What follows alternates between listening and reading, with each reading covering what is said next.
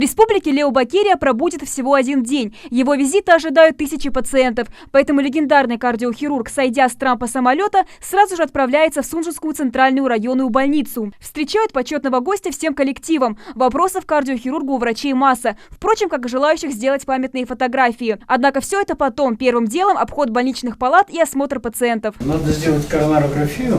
Сейчас мы делаем через лучевую артерию. Вот. Может быть, где-то сужение новое произошло, понимаете? Или, может быть, шум закрылся. Откроем кровоток и будет лучше, конечно. А так, сколько метров можете пройти? 15-20. Другого варианта не существует. Осмотрев взрослых, Лео-Бакерия направляется в детское отделение. Рамзану Барахоеву год и 7 месяцев. Ребенок родился с 4 пороками сердца. При патологиях такого уровня необходимо экстренное хирургическое вмешательство. Лео-Бакерия – автор уникальных операций для детей с пороками сердца. Сам лично берется оперировать Рамзана в Центре сосудистой хирургии имени Бакулева. Давайте я его прооперирую. Давайте. Когда будете там с ними разговаривать, скажите, что я сказал, что... Папа, вы слышите, вас будет оперировать Лео Антонович. Да. Вот отец ребенка у нас. Хорошо.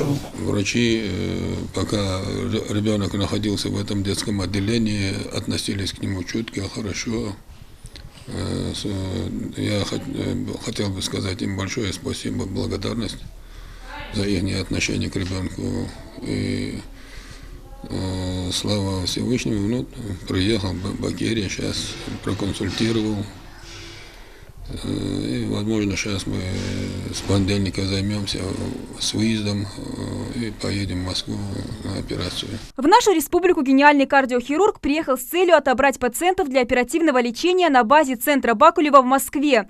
Такая акция в республике стартовала 5 апреля. Команда из 13 врачей Центра сосудистой хирургии, в состав которой вошли специалисты ультразвуковой диагностики, сосудистые хирурги, аритмологи, а также врачи общего профиля, уже 4 дня проводят осмотры пациентов. За столь короткий срок удалось принять около 3000 больных. Все нуждающиеся в хирургическом вмешательстве будут приняты в центре Бакулева. Важно знать, что происходит у нас на Северном Кавказе, потому что, объективно говоря, все-таки получилось так, что эти регионы в аспекте прямых операций на сердце все-таки подотстали немножко.